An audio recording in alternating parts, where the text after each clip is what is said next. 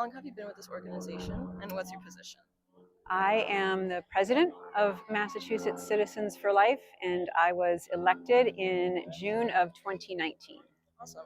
So, could you tell us a little bit about this memorial? Kind of what message you are trying to convey, or any, just the general basis of what you're trying to show here. We've named this memorial Truth About Choice because more than anything, we want to inform the community here at UMass that women really do need to know the truth about the choice that they make if they are experiencing an unplanned pregnancy. There are many details that women need to know to be fully informed about making a choice that will absolutely impact them for the rest of their lives.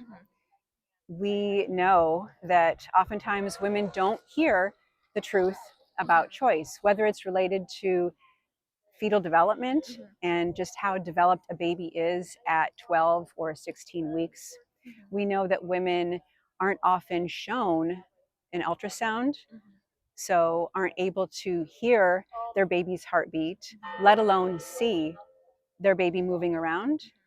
Um, we want to make sure that women know, and younger women, student age, for example, we want to make sure that young women know that they can find support in a very scary situation.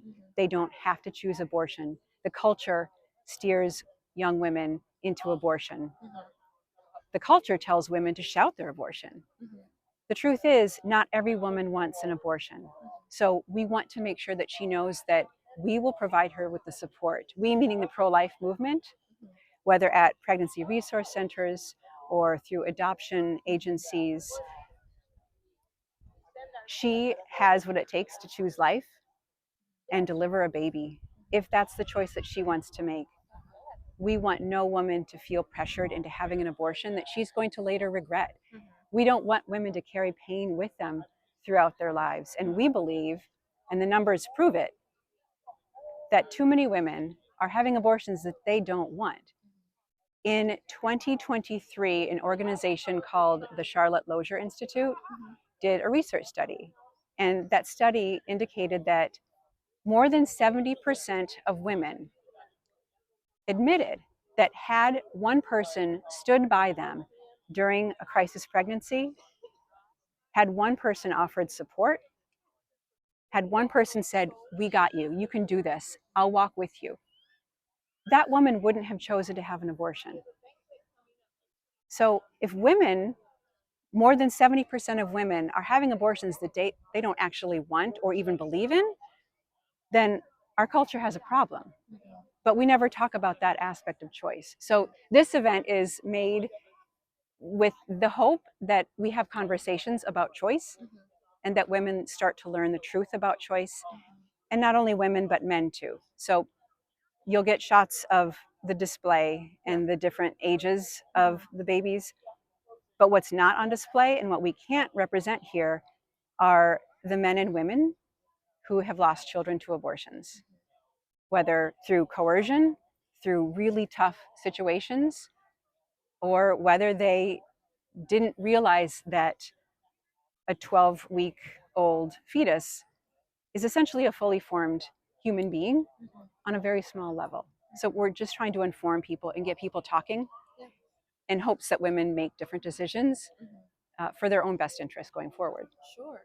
And then, kind of unrelated to the memorial itself, I was curious, were you aware that this was going to be on Destination Day? And if so, do you see this as a positive thing or a negative thing? Do you see this as an opportunity to reach a wider audience potentially? We had no idea that Destination Day was happening today. We put in the request to have this event at least 3 months ago. Okay. The reason we chose April 12th, it just worked out because really any time before April 12th is cold. Last weekend was Easter. March is completely unpredictable, so it wouldn't have worked with the weather. Any later, then you start to get into April break for families, and then commencement here, and students are just too busy to think about even venturing outside. So this is really the only weekend that worked. That's all. We only learned about Destination Day overlapping about 2 weeks ago. Oh, okay. The fact that extra people are here on campus is a wonderful thing. So we invite anyone to come in and see, but no, we didn't know. Oh, okay, that's interesting. Um, and for like just for your personal opinion, why why pro life? Why this stance? Why not? Mm-hmm. I mean, we're looking at the fundamental right that is guaranteed, that has been guaranteed by our founding fathers since the birth of this country. No pun intended. The right to life is the preeminent human right. And without the right to life, no other right matters. So the right to life is crucial to everything. It's crucial to our culture, to our society. And as for women,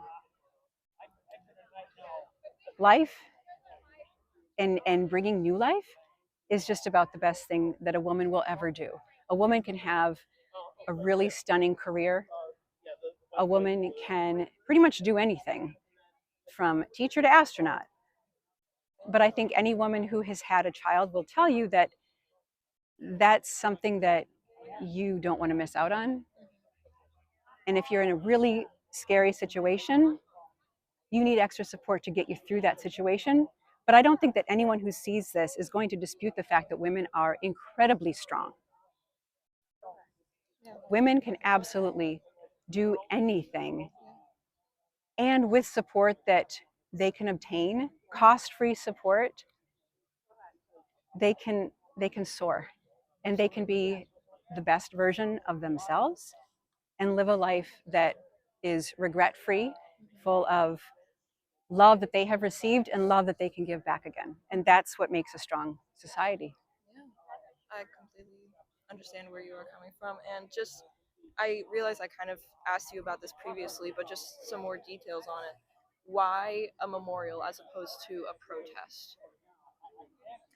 We believe that viewing the humanity of the unborn child on this scale is more effective than any protest will ever be. We've been to protests, we've had protests, we march a lot every year, and those have their rightful places.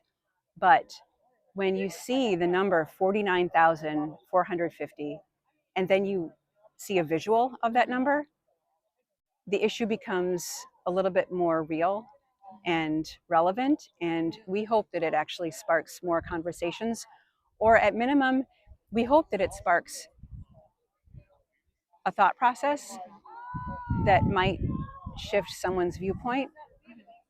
Maybe not in every circumstance, but at least in so many circumstances where an abortion is essentially used as birth control. And earlier you were saying that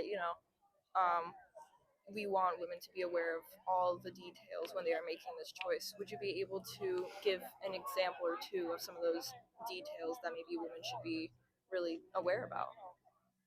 I think when you take a look at what the models look like, so most abortions take place between the ages of 5 weeks and 12 or 14 weeks, so very early in pregnancy. And our culture has come to sort of uh, find that something that's okay, something that's tolerable, because it's so early in pregnancy and they're not really babies yet. It's mostly like tissue and clots and things like that. But the reality is, and the reality that women don't ever hear or don't hear enough, is that these babies are fully formed.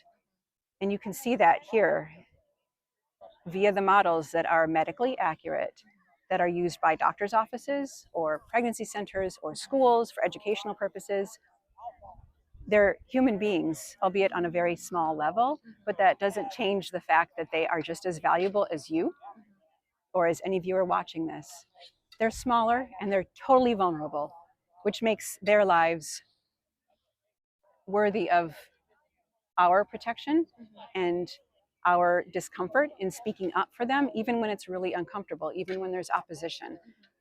They're worth fighting for, and so are their mothers and fathers too, who are told that,